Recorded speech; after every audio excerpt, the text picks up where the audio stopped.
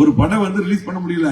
நான் தான் வந்து எடப்பாடியார் கூட்டு போன முதலமைச்சர் கூட்டிட்டு போய் என்ன கார்ல கூட்டிட்டு போய் வீட்டுக்கு வந்து கூட்டு போய் படம் ரிலீஸ் பண்ணி அது வேற. இன்னைக்கு விஜய் தன்னுடைய சொந்த கட்சிக்காரர் வர்றாங்க, கரூர் போறாரு, 41 பேர் செத்து விழுகிறாங்க. புதுசா கட்சி ஆரம்பிச்சு வந்திருக்காங்க. நடிகர் விஜய் தானே இவர் வந்து பயங்கரமா பேசுறாரு. என்ன பேசுறாரு, அவர் தான் பெரிய எல்லா தலைவரும். ஆனா அப்பப்ப வராரு, பேசிட்டு போயாரு, வீட்டுக்கு போயிடாரு, அப்புறம் வெளியே வருது. ஆனால் ஒரு தலைவர் யாரும் வரட்டும், அதெல்லாம் தப்பு இல்லை. யார் வேணாலும் ஆட்சிக்கு வரட்டும், கட்சி ஆரம்பிக்கட்டும், எல்லாத்துக்கும் ஆசை இருக்கும்.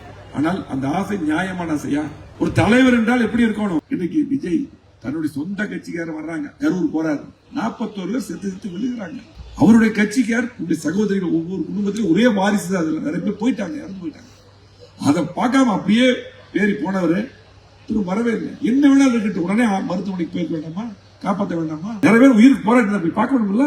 எப்படி ஏத்துக்க முடியும்? எனக்கு வந்து நடிகர் விஜய் நண்பர், அது ஒரு படம் வந்து ரிலீஸ் பண்ண முடியல. நான் தான் வந்து எடப்பாடியார் கூட்டு போன முதலமைச்சர் கூட்டிட்டு போய் என்ன கார்ல கூட்டிட்டு போய் வீட்டுக்கு வந்து கூட்டு போய் படம் ரிலீஸ் பண்ணி அது வேற, அது தனி.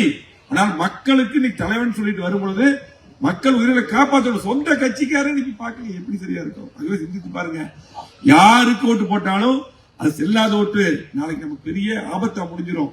திமுக யாரும் ஓட்டு போட போறதில்லை. இன்னைக்கு தொழிலாளர்கள், தொழில் முதலீட்டாளர்கள், விவசாயிகள் ஒருத்தர் திமுக ஓட்டு போட மாட்டாங்க.